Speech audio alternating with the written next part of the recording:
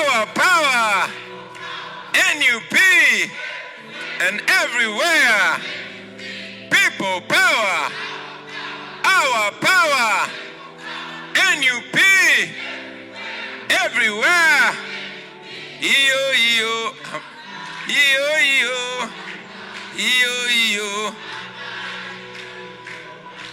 iyo, iyo, iyo, iyo, iyo, iyo, amba, iyo, iyo, futu soja we balesebo, tunakupenda we, sejinja we, iyo, iyo, nasenyonyi we. People power, our power, NUP, and everywhere. Thank you very much, ladies and gentlemen. Please take your seats. Thank you, Right Honorable Senyonyi. Yes, I was honored to be called brother and a friend by the Right Honorable Leader of our Parliamentary Front. So, some of you don't be beefing me.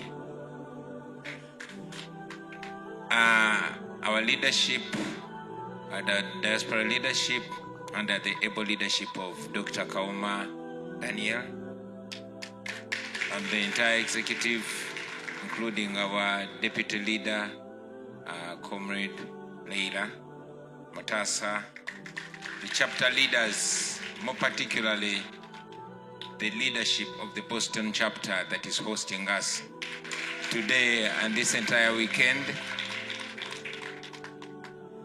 religious leaders present here, our senior leaders, especially the mamas, we hold in very high regard, eminent leaders that we have today with us, the Boston community, all the membership, ladies and gentlemen, all the members, all the comrades that are coming from all over the world, from Europe, from UK, from across the US, from Canada, and some of us who came from Uganda. People power, our power, NUP, and everywhere. Friends, it's a great, great, great privilege to be with you today. I came into the US, unusually, I came on Monday. So, look, I've been enjoying all this vibe all along. You're only enjoying the last bits. I thank you all for hosting me, for being kind to me, and for the guidance that I've got and continue to get from all of you. And in a very special way to appreciate our leadership. Comrades, we are told that all things rise and fall on leadership, but also all problems stress up the leadership. Leading a group of people that are angry and hungry and tired and frustrated and they want things done is not easy. It's not easy at all. Every now and then they get angry. Every now and then they even dismiss you, the leader.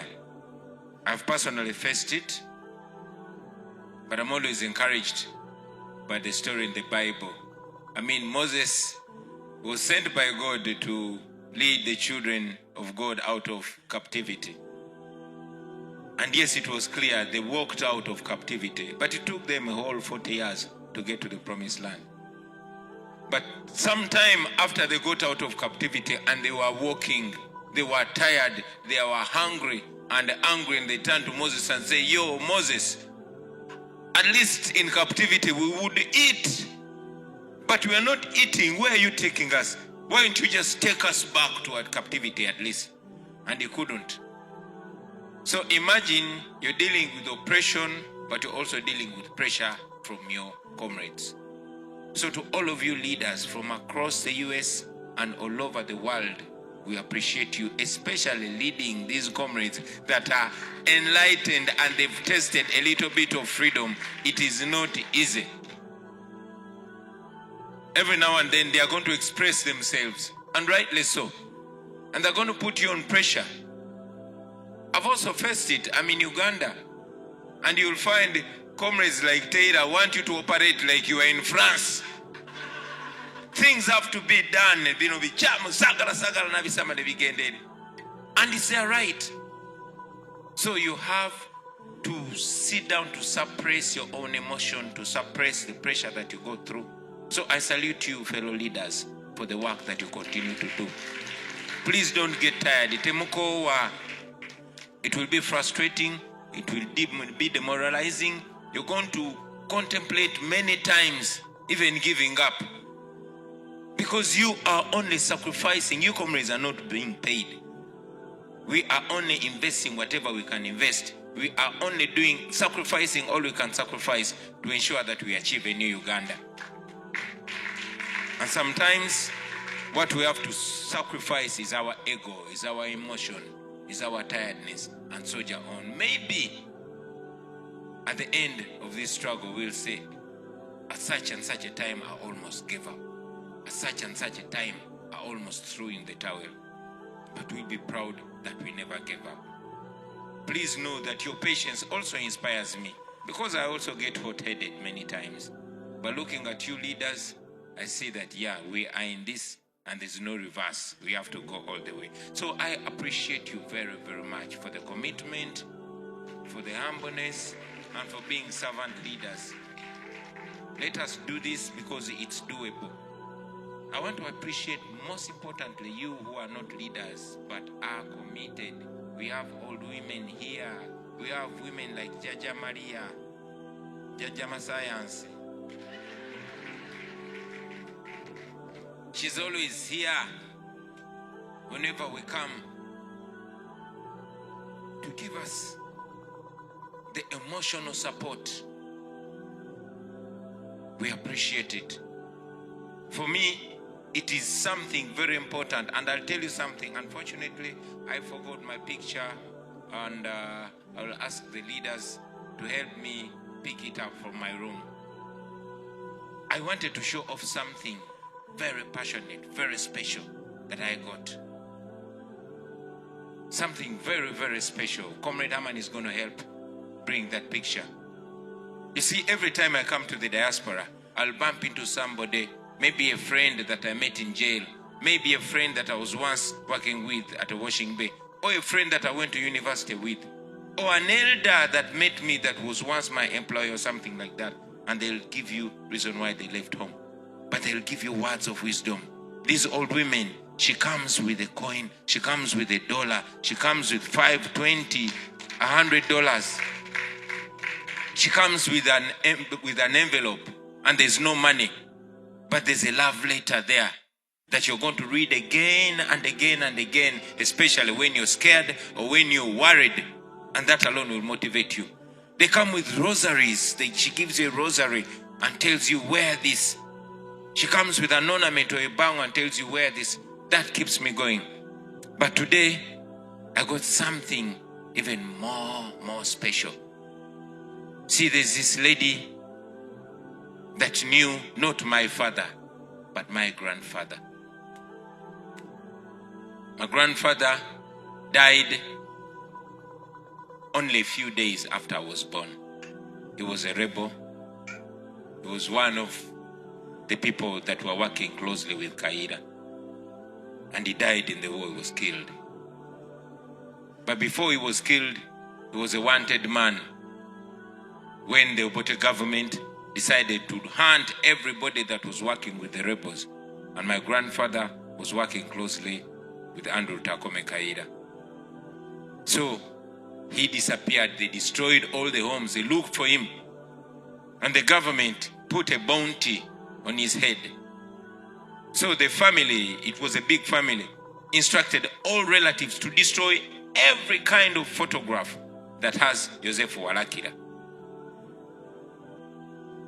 The bishops, the cardinal, they destroyed all that. I mean, he was one of the founding members of DP, so he was a fairly known person. He was the chief campaigner of Paul Kawanga Semogerere. He was the chief campaign. He was the head of campaigns, DP campaigns in 1980 in the whole of Mpigi district. And back then, Wakiso, Entebbe, and all those districts where I'm part of, PG district. So it was a big area that he was covering. And now he was one of the top rebels, so he was wanted.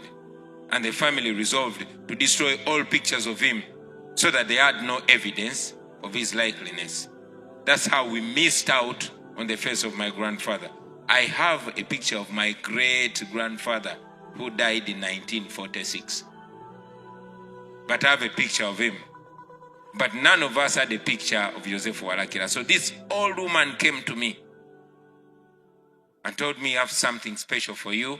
I've looked for it for a year. And she gifted me a picture of my grandfather.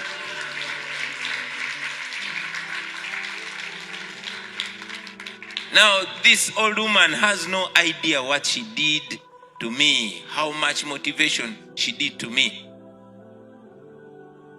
And she did that. She preempted me, and I'll talk about that when I'm talking about the purpose of our coming here. So things like those that you do to us, you have no idea how much emotional and spiritual fuel you are giving me to go and fight and fight and fight. So thank you very much. Thank you very much for spending your hard-earned money and your time. I've said it countless times that in the diaspora, especially first countries like America, that's when you're going to understand the real meaning of the phrase, time is money. You guys are here spending your money because you're supposed to be earning per hour. But you're here sacrificing your time/money to be here. Not to be entertained, but to listen to words that stress you, words that take away your peace, words that challenge you. I mean, many times we used to come to the US. You come for entertainment. And you people would come to get soothed, to burn the stress and all that. But now you take your time and hard earned money to come and get even more stress. But you still come. I want to thank you very, very much. From me, from the leadership of the National Unity Platform, and from the countless Ugandans, many of them you'll never meet, I want you to know you are appreciated. I want you to know you are a very, very special kind of gathering. So thank you, thank you, thank you, ladies and gentlemen. Now, we are here. We've had various conventions, and we are here again. You'll wonder why this time around it's just a few of us. Yes, because it's a very, very, very, very busy time. If I could, thank you very much. If I could, I would also delegate, but I couldn't because I had to come because this time is different. Why? All over Africa, we have what they call it. In my culture in Buganda, we call it Okuwaba Olutabalo. Ladies and gentlemen, this is different. We are going to war. We are going to, and many of us don't even know how we are going to come out of it, or even whether we are going to come out of it, but we are going there anyway. So we've come to you to present the cause. Back then, in the days of our forefathers, they would go to the king or to the council of elders and present Nebawaba or Rutabalo and present their cause for war. You are the council of eminent leaders. You are our bosses. We have done this to all places in the diaspora that we've been able to go. In Uganda we will, but we hold you in very high regard. We know you have a big role in the efforts to liberate Uganda. That's why we come to you. Most importantly, tuze kuwaba lutabalo. I don't know if this old woman understood, and she said, as a way to send me to war, she wants to send me with my grandfather. This is a picture of Joseph Walakira, my grandfather.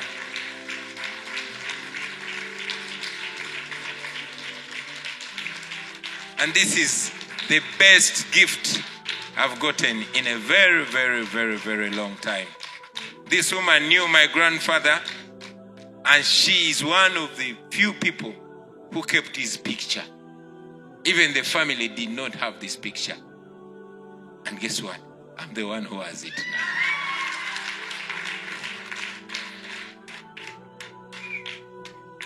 So friends, we are here to present our cause to you. We are here to reintroduce the cause to you. We are here to tell you that once again, an opportunity has presented itself, and we are going to embrace it. We are going to fight for it. We are going into this fight. Every 5 years, there's a window. And that window, we don't want to let it go.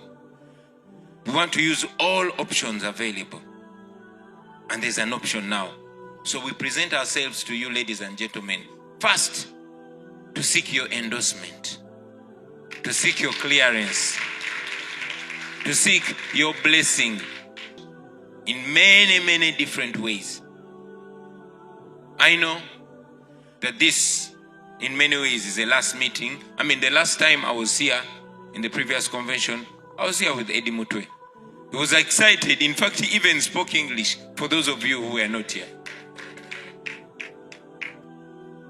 He studied again, courtesy of Professor Sejinja. And Eddie Mutwe was supposed to come back here this month and graduate. We all know where he is. So where we're going, we cannot guarantee our safe return. It's to give up. It's to give up. We refuse to hang the towel. We know that yes, we were robbed, but we know that General Museveni and his fellow thieves have never had pressure than like the pressure they got from us. And we know that they don't want us to go there. They've rigged elections since 2021. You all remember what happened in Omoro. You all remember what happened in Kayunga and many other places. They've tried as much as possible to render elections a joke. They've even used their propagandists to discourage Ugandans from elections, to discourage Ugandans from anybody contesting them, saying, those are working with us. Now this is a so-called government trying to discourage people from going to the polls. You know why? Because they know they stand no chance at the polls. And that is why we are taking them to the polls. That is why we are going there.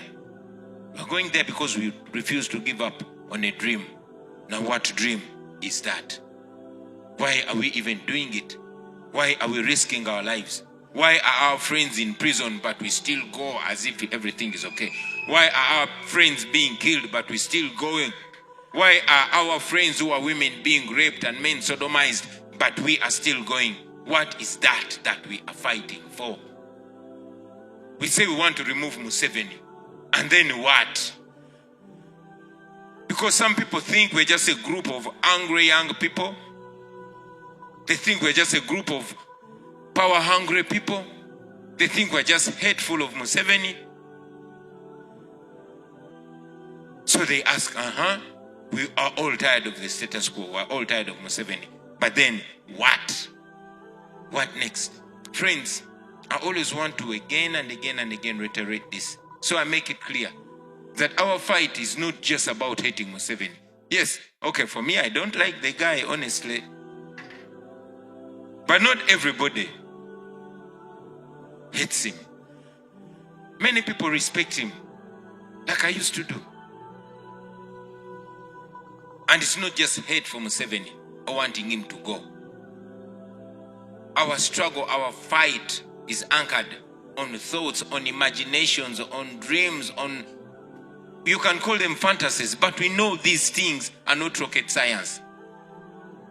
We actually know that removing Museveni is not the end in itself. Our agenda is not just to remove Museveni. We keep singing olutalo nga luwedde tuliyambala engule tulizimba Uganda empya. When the struggle is over, we shall wear the victor's crown. We shall build a new Uganda. Now I want you to focus on the ending part. We shall build a new Uganda. Because even when we remove Museveni, that's not going to be the end. That is going to be only the beginning. Removing Museveni is just the first step. In fact, that period, and I always tell my brothers, that period for me is the most important one. Building a new Uganda. What does that new Uganda look like? Allow me very briefly to shine a light in that new Uganda. Imagine Museveni falls. He can very, very possibly fall next year in a matter of less than half a year. He can fall in January. But when Museveni falls, this is exactly what is going to unfold. It is going to bugenda kuchanga olunaku olulala naye bugenda kuba bukedde forever. A new day is going to come upon Uganda. The first thing, the very, very first thing that we want to breathe is a freedom. That sense of freedom, that sense of relief, that end to gun rule, to military rule. For the first time, we want to subdue the guns like it should be, like it has been written in the law. You're going to see civilian authority where every Ugandan will move feeling like they are the true bosses of their destiny, because it's by the power of their ballot that a dictator has fallen and a new leader has come, and that new leader is accountable to people, and that new leader can also fall if they dare to undermine the people. For the first time, power will be in the hands of the people. The old woman that sells maize on the roadside, the barber working under a tree, the border rider, the professor, the military general will for the first time be equal before and under the law. That is possible. That is going to happen, ladies and gentlemen. Where Ugandans will not fear to criticize those people in position.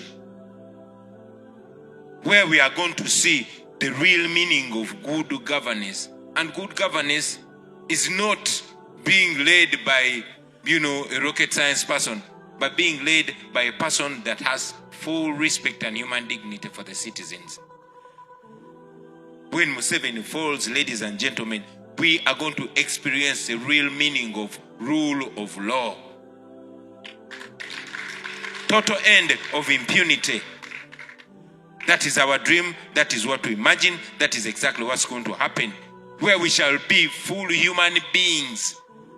You see, people talk about human rights, but for us it's even different.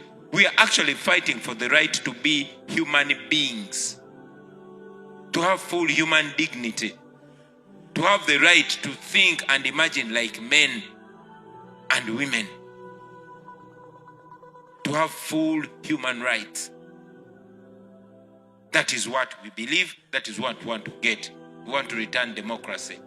And that's the agenda for a new Uganda. Now people will ask, okay, will democracy put food on my table? Some people actually don't even know that they don't have the full human rights that they deserve. So maybe that doesn't matter to them. For them, they are hungry.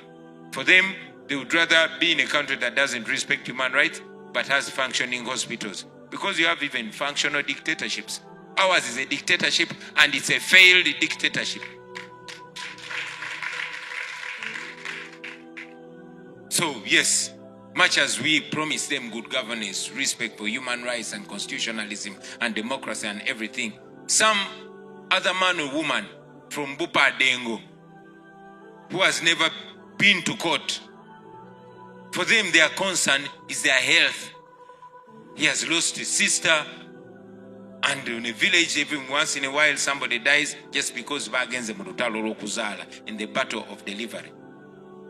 So in our new Uganda, matters of health are close to our hearts because we have lived this experience, and it can be averted. Many of you are living here, but honestly, if you were in Uganda, you would be dead.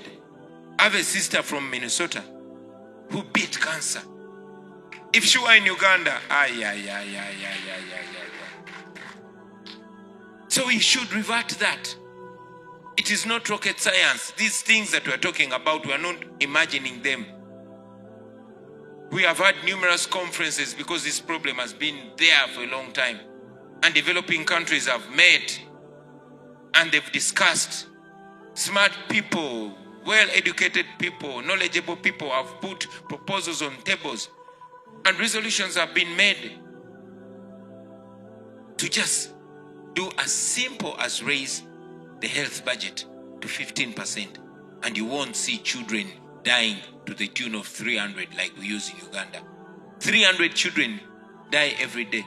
20 women die every day giving birth. That shouldn't be the case. What kills them? A broken down healthcare system. We want to fix it by simply raising the budget for our healthcare. I mean, the money that Molago makes out of private patients, that money can be put by government.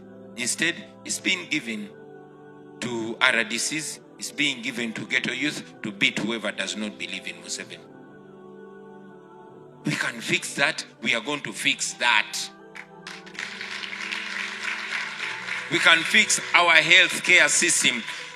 Ladies and gentlemen, these things I'm talking about are actually true, they're actually practical and achievable in a matter of just months. I mean, all of us, those my age and above, Honorable Senyonyi thought he was teasing us, but he realized in the diaspora, but you all remember that university education used to be free. I went to university for free, courtesy of my head. But now a child from Kasese, no matter how smart they are, they cannot have free university education. They'll tell you Makerere needs money.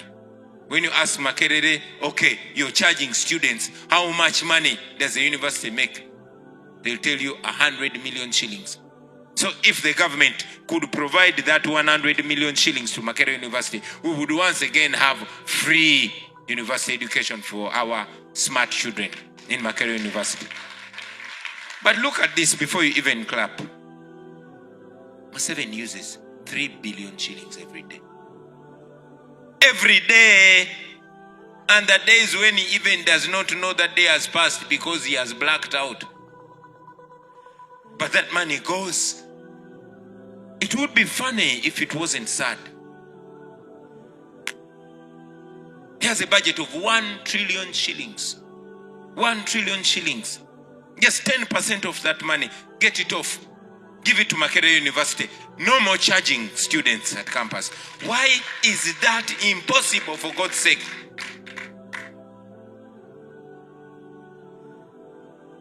Just take 50% of that so-called PDM budget. The money that Museveni moves around giving people that we cannot give result for.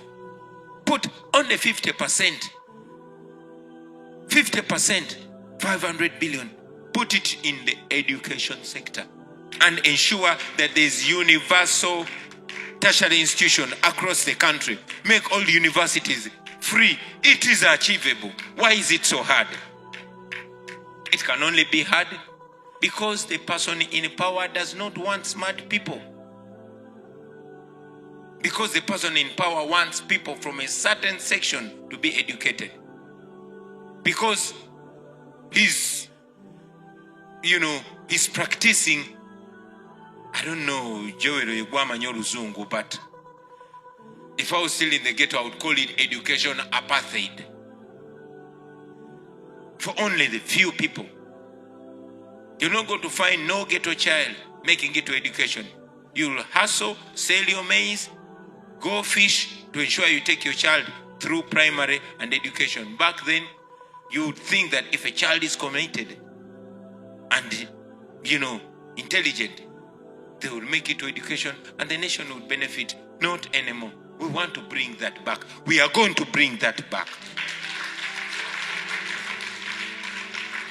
So just PDM money And I'm talking about there's lots of other monies that are being wasted. But look at that PDM money alone. If I was in power, that PDM money would not be there. Half to healthcare, half to education. Then you have free university education across the country. You have free healthcare in the country. And there's more money, by the way.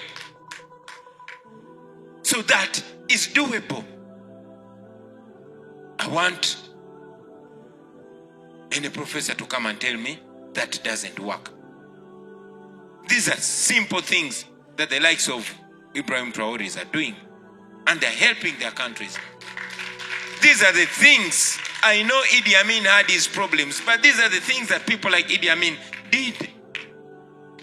You only need to love your country, as simple as that. Ladies and gentlemen, it's not only education and healthcare that are our problem. Some people are farmers, some people are traders, and they would be richer, they would be more successful if the country was functioning, if we had a functioning infrastructure.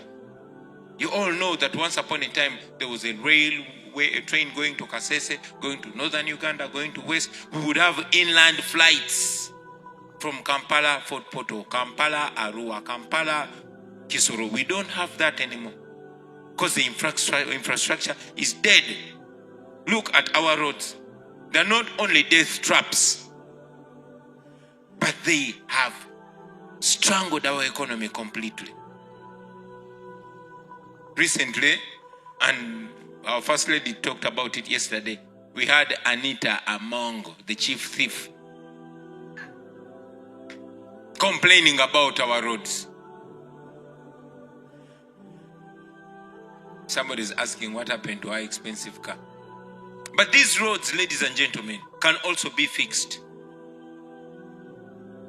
I don't think he wanted to step on too many toes, but if Right Honorable Senyonyi could speak on the corruption, then you would leave this room very depressed. 10 trillion is lost in corruption every year. 10 trillion shillings. Stolen by the people we know. I want you to go to YouTube and look for a complaint, a sulking by the Inspector General of Government, Betty Kamya, about corruption. And she was very clear about it. She said Uganda has all resources that we need. Challenge is that that money is stolen, not by a lot of people, by a few. A small fraction. Thank you. A small fraction of people. Now imagine, and I sat with my friends and said, how much?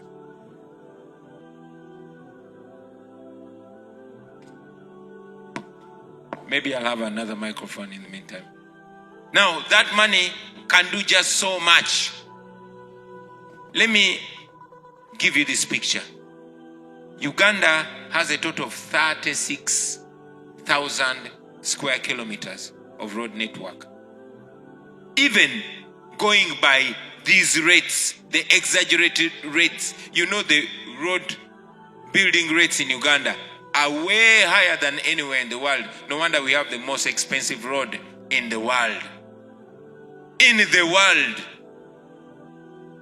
that Entebbe Express, the most expensive road in the world. Okay, let us go by their budgeting.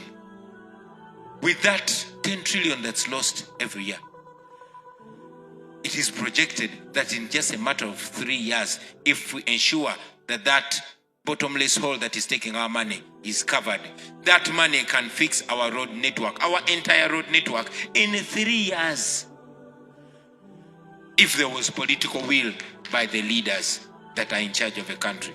So you see, what we want achieved can be achieved. It only takes people that love the country. You know why it's not being fixed? Because that money is needed to bribe the people that no longer support the dictatorship. That money is needed to buy people, to pay them out. Corruption is now a currency in Uganda. It is what is sustaining the regime. So once we end that corruption, yes, it will mean that even me as president, I won't be able to use that corruption to stay in power for countless years, because I'm not even interested. So when we get there, we are going to achieve that. Those things are doable. Those things are very, very doable, ladies and gentlemen. And like Loeb said, and I agree with him, it is possible. It is possible to have an inclusive economy where the numbers that are presented to world forums are not only representative of a few people that speak the same language and look like each other. It should be reflecting the entire prosperity of a country, from the north to the south, from the west to the east, everywhere. We need to fight that poverty, but that poverty is fought by just a stroke of a pen. To give back the economy to the people and make it inclusive and ensure that wealth is not restricted to only one group of people. That employment is not restricted to only one group of people.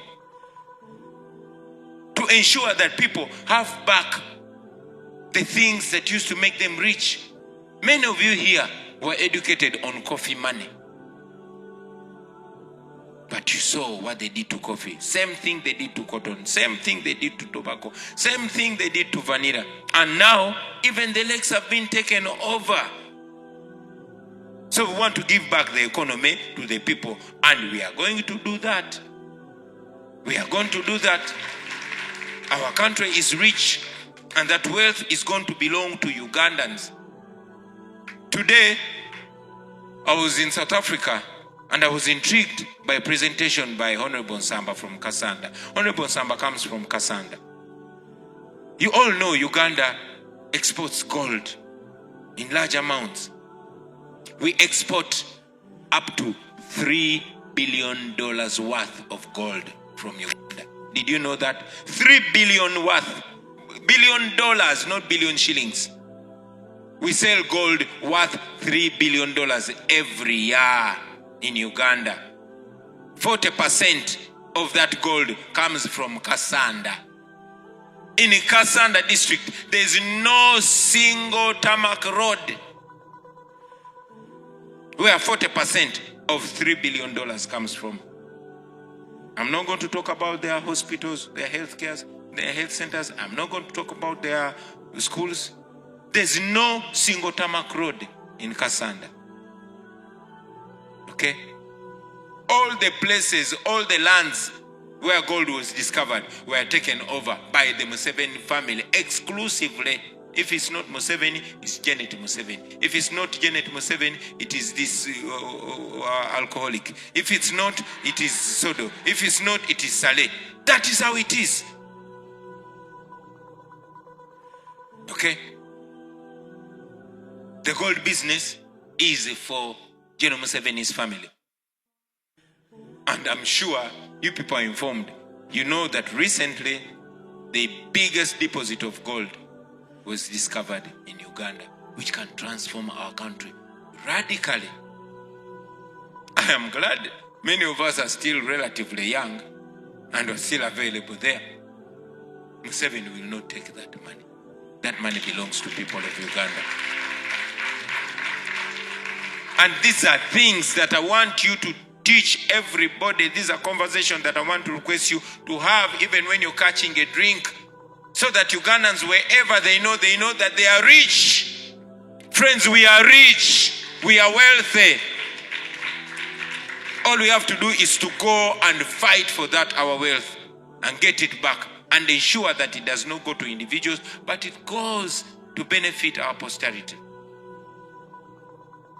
We cannot claim we don't know how to do that. So basically, the dream for our country is endless. I've not talked about our oil. I've not talked about the human resource that we are.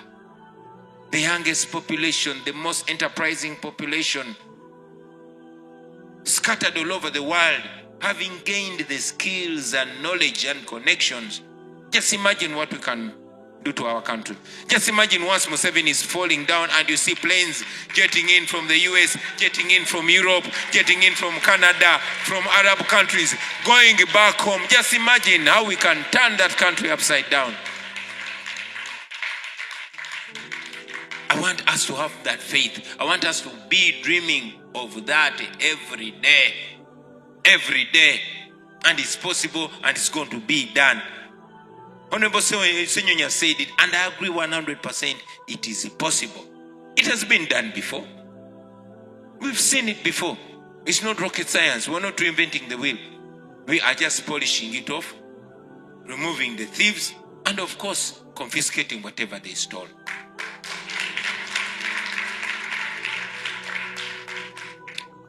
Now, that's a dream. That's an imagination that I think about when I'm lying on my bed and I both smile and cry. The imagination that all of us are looking at and say, man, I have to get to that Uganda. But how do we get there?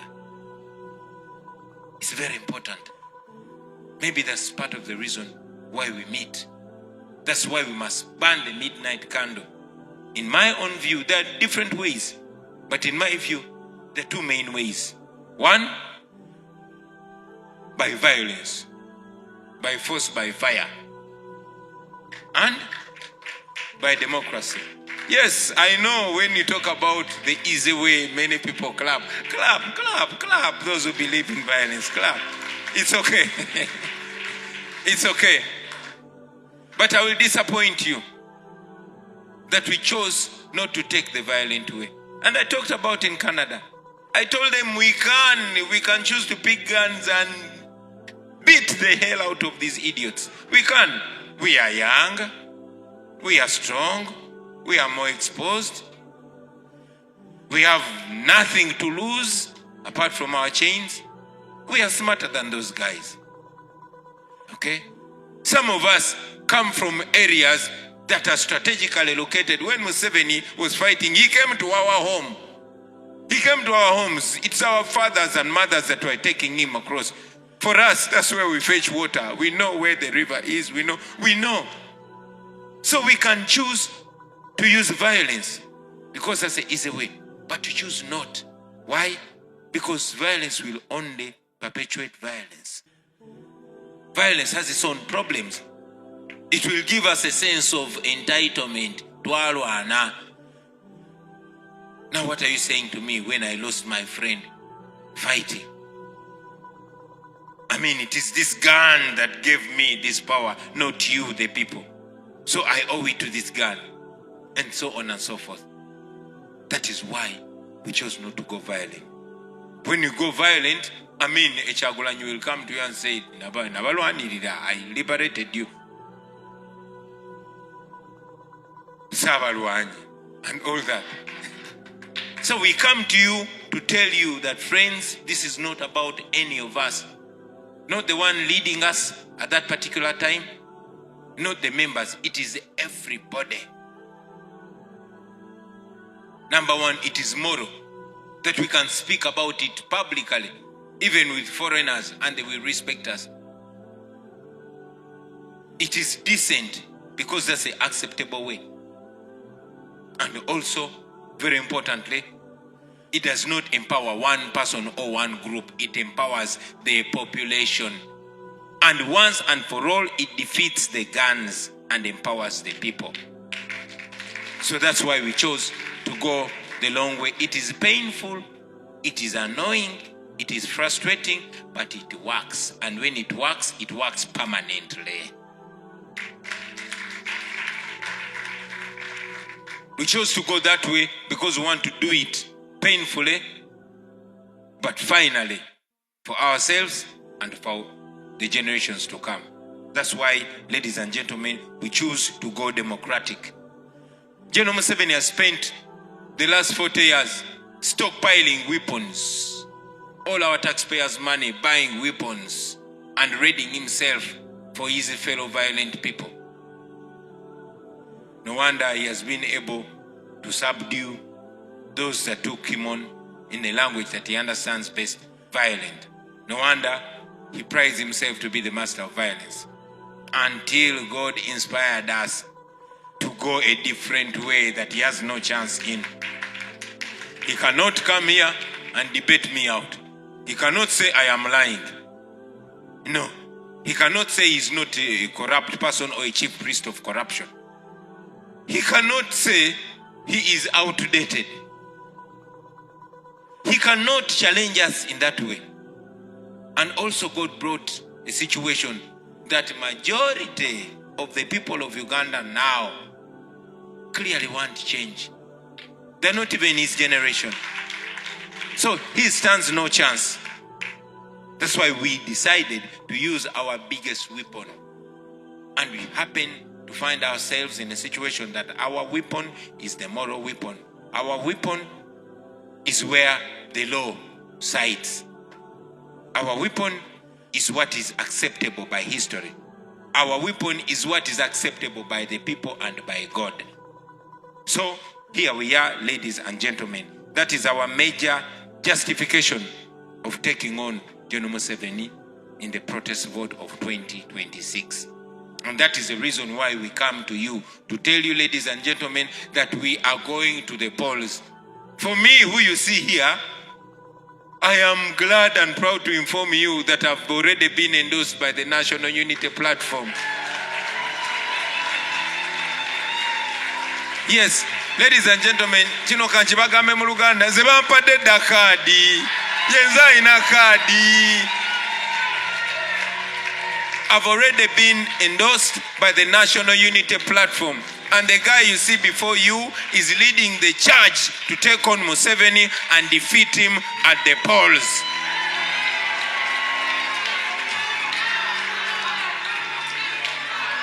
So I'm here to charge you, ladies and gentlemen, to come along with us, to trust us again, to bless us again, to endorse us again, and to go with us to war again in any way that you can. Some of you are coming with us physically. Others are coming us spiritually through prayer. And many of you are coming with us financially through your pocket. Whichever way you come with us. As a matter of fact, very many of you are coming with us ideologically through your ideas. Please come with us. Please support us. Please guide us. Please criticize us with love wherever and whenever you can. Let us go to this war together. Taylor, support us, man. Criticize us, but with love, with progressiveness. Don't just break us down. We are learning on the job. Me, I'm a Rasta. I didn't know these things. I come in because I'm only passionate. Because I know I qualify just as much as Milton qualifies. Just as much as Senyonyi qualifies.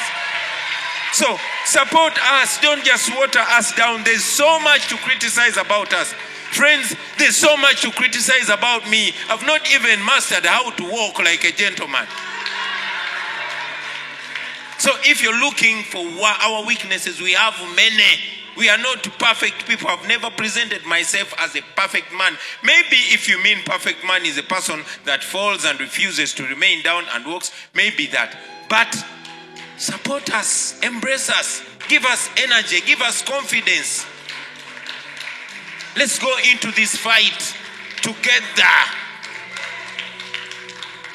That we need from you, brothers and sisters.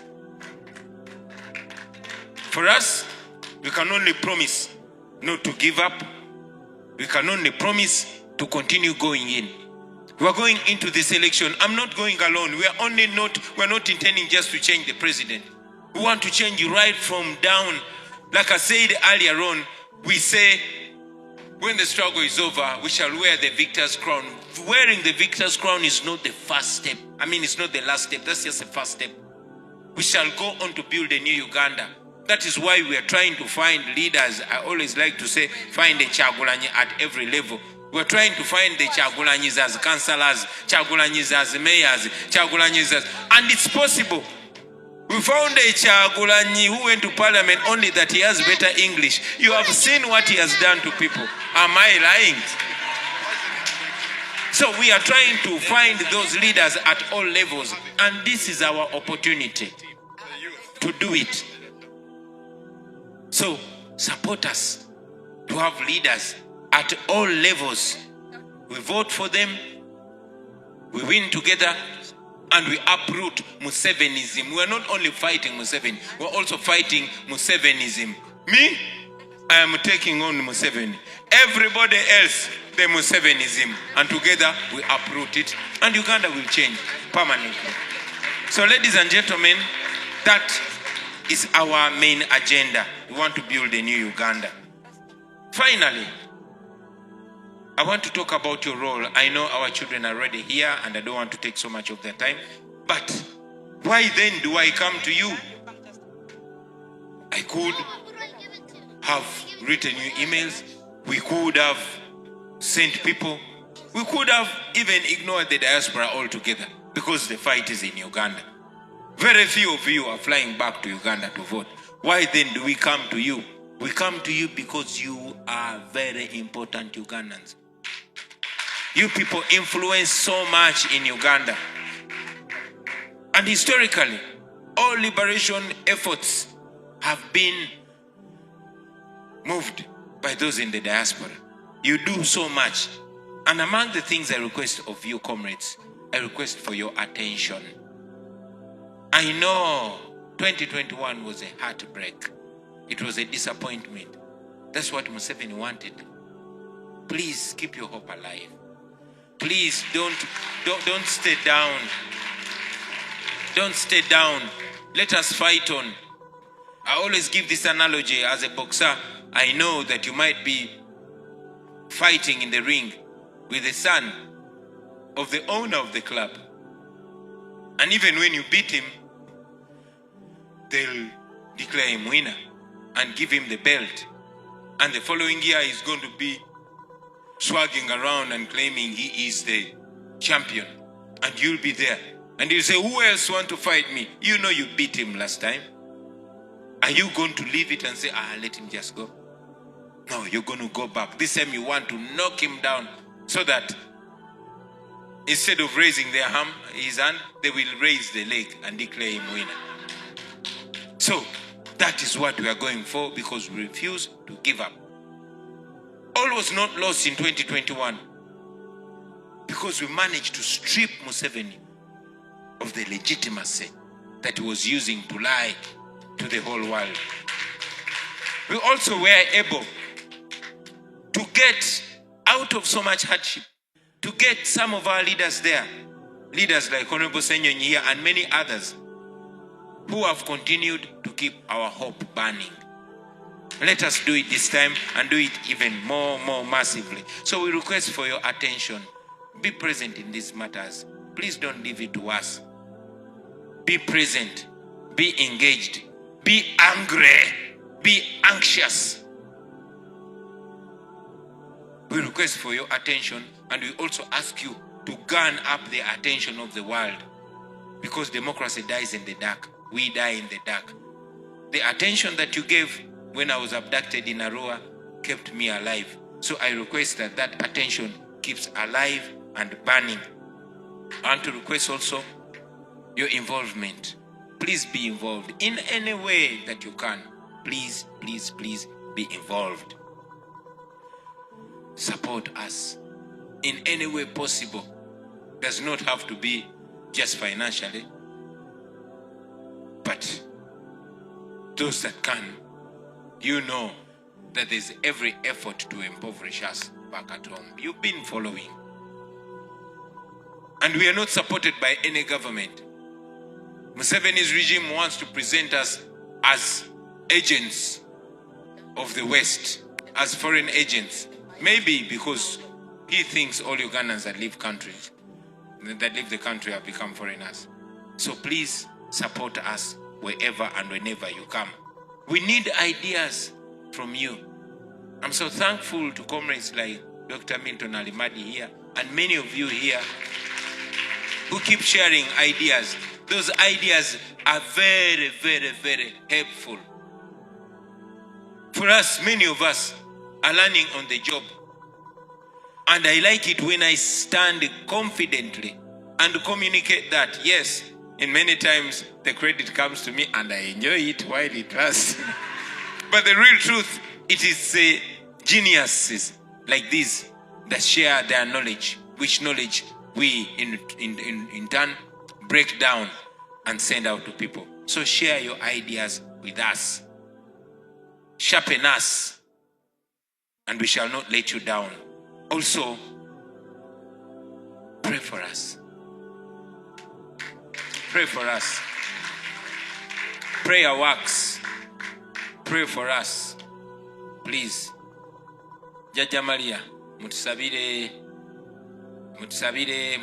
bannange. Tuli mu kulwanagana n'omusajja omutemu. We are fighting with killers.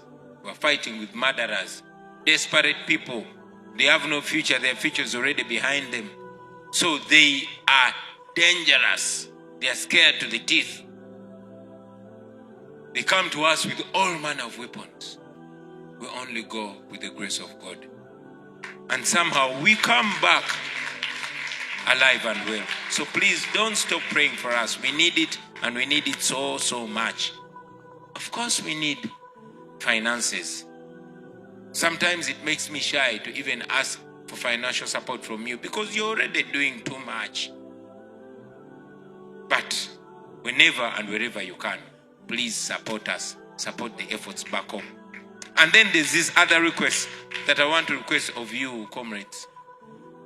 Many of you are very good organizers, even remotely. Organize, help us organize. Help us. I was in Canada and I was speaking to some comrades, and I told them that when I was arrested in Luuka, some of the people that organized those protests were being coordinated from the diaspora. So support and organize and coordinate from wherever you are. This is war. This is war. This is not the war of 1980. This war is even computerized. Mubereje mbera yona munyigama pesa eribijja kwekola. And finally, I want to ask you, comrades, to unite. There's so much that divides us. So much. Tribe alone can't divide us because that's what is being drummed down our ears back home. Tribalism has been a very big tool to keep us where we are. Let us work together to break it down, to demystify religious chauvinism, even classism. So I request of you, comrades, unite, at least in purpose. Some of you will never be friends. Actually, even me, there are some people that I don't really like very much. But we need each other so much that we must stand together. And somehow we might even end up liking each other. Who knows? Yeah. So let us unite, knowing that the purpose is bigger than any of us. Please. Part of the challenges I find in the diaspora is always having to mend relationships. Always having to unite people. Always having. It takes a lot of our time. It derails us a lot. Even when I come here for a month, it will not be enough for us to do the work that we must do. So some of you, some of those things I request that you show leadership, comrades. Unite, unite, unite. You're all here because it's messed up back home. And when it's better, we're all going to enjoy our country. Whenever you can, act, take part, show up and be counted. Those protests that you take part in, you are in America, you can never know how important they are to us. But I want to show you the importance of these protests. Museveni, when the pipeline was halted by the EU Parliament, he organized our children and got them from schools to go and protest on his behalf. Because he knows that they work. He knows that the world over listens to people. So please don't stop those protests. Ignite them again and again and again and again. The image of you holding Eddie Mutwe's picture on a protest, or H.E Bobi's picture, or Bobby Young's picture, saves him from a castration. It saves them more days of torture. Somebody is undergoing torture, and those oppressors see that, say, and then they survive. So don't stop. These criminals work on pressure. Pressure them whenever and wherever you are. Please pressure them. Very finally, friends, don't lose hope. Don't lose hope, please. Don't lose hope. When you get disappointed, go to your house, cry, quarrel, do whatever you are doing. But again, wipe your tears. Rise up and move forward. Don't lose hope. Don't lose hope, please. Don't lose hope. Don't lose hope in us. Sometimes we're disappointing. Sometimes we do things not the way we were supposed to do them. Please don't lose hope in us. Don't lose faith in us. Guide us. Criticize us where necessary. But do it in a motivating way. Because in very many ways, we depend on you. We depend on your courage. We depend on your words of wisdom. We depend on your support. So don't stop it. Every time we see you supporting us, even when I'm not feeling all right, I will get up and say, shh. K.J.I. So please don't give up on us, ladies and gentlemen. Keep the hope alive. Keep going. We are going to be free. You are going to come back to Uganda. You're going to see freedom in your lifetime. And if we don't pressure him enough and he dies, you will see Museveni in the dock answering for the criminalities he has done to Ugandans. We are going to be free. We are going to have a better country. You are going to come back home. You are going to bring your girlfriends, your husbands, your wives, your children. We shall sing. We shall praise the Almighty God. We shall be in a free Uganda. Thank you very much for listening to me, ladies and gentlemen. Judgment to the bandit to kill our people. Why do you think you're the first and last to abuse rights? Nothing to fear but fear itself.